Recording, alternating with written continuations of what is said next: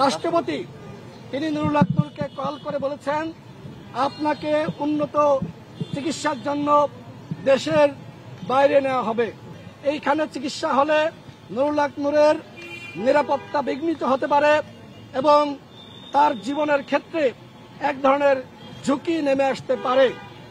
আপনারা জানেন যে গণ অধিকার পরিষদের সংগ্রামী সভাপতি নুরুল হক নূরের উপর বর্বর হামলা চালানো হয়েছে।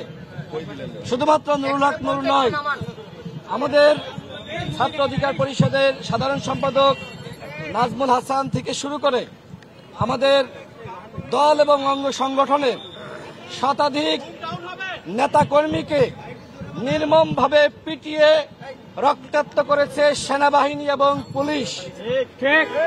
আমাদের কার্যালয়ের মধ্যে প্রবেশ করে নেতাকর্মীদেরকে রক্তাক্ত করা হয়েছে।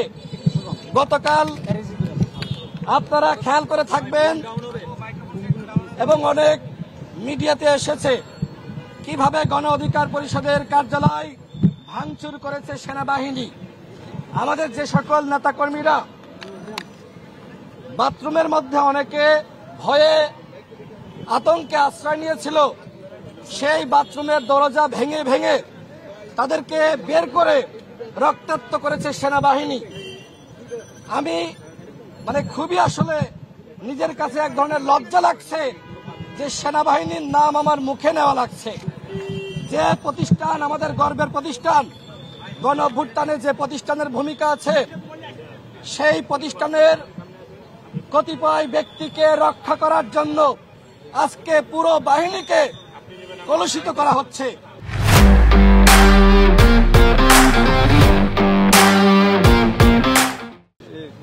আমরা সেনাপ্রধানের কাছে আহ্বান জানিয়েছি, আপনি যদি এই ঘটনার দায় না নিতে চান তাহলে এই ঘটনার সাথে সম্পৃক্ত যারা তাদের বিরুদ্ধে অবশ্যই সেনা আইনে ব্যবস্থা গ্রহণ করতে হবে।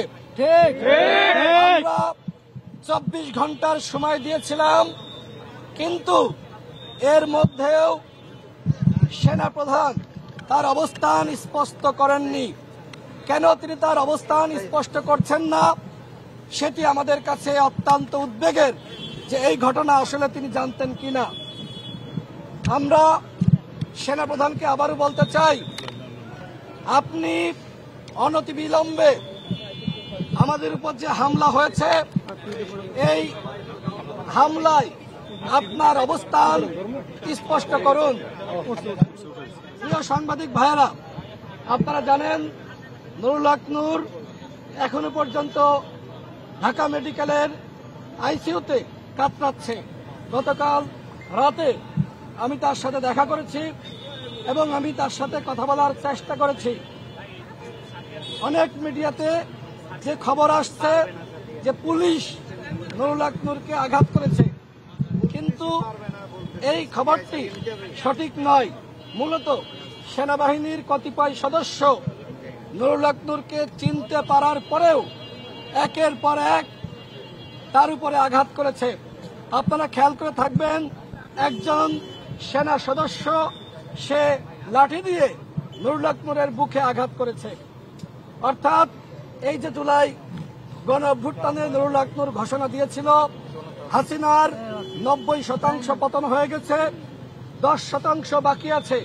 এই জুলাই গণ অভ্যুত্থানে আমাদের দলের নেতাকর্মীরা যে ত্যাগ স্বীকার করেছে, এই ত্যাগের প্রতিশোধ এইভাবে নেওয়া হয়েছে।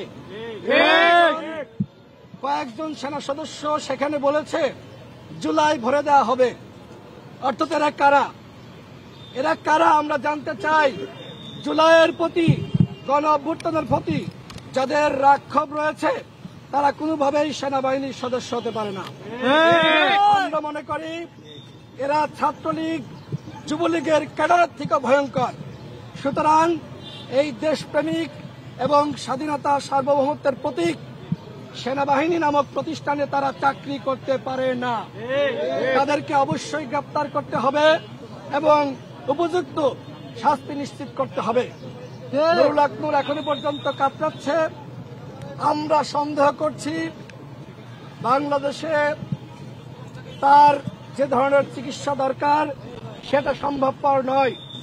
যেহেতু হাসিনার আমলে নুরুল হক নূর 22 বার হামলার শিকার হয়েছে, তার পুরো দেহটা ক্ষত বিক্ষত।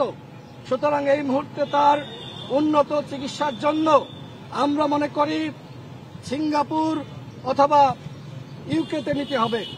এবং গতকাল সরকারের পক্ষ থেকে ঘোষণা দেওয়া হয়েছে নুরুল হক নূরকে উন্নত চিকিৎসার জন্য দেশের বাইরে নেওয়া হবে।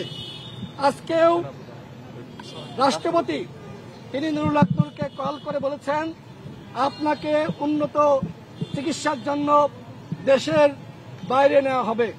আমরা মনে করছি বাংলাদেশে যে সকল চিকিৎসকরা রয়েছে তারা অবশ্যই দক্ষ, তারা অবশ্যই উন্নত মানের চিকিৎসা দিতে পারে, কিন্তু নানান ধরনের প্রশাসনিক জটিলতা রয়েছে।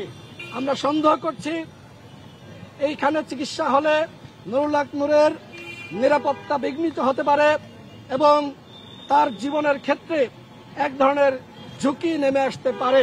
বিভিন্ন সময় এই ধরনের ঘটনা ঘটেছে যে ইনজেকশন পুশ করে একজন জাতীয় নেতা বা জনপ্রিয় নেতাকে মেরে ফেলা হয়েছে।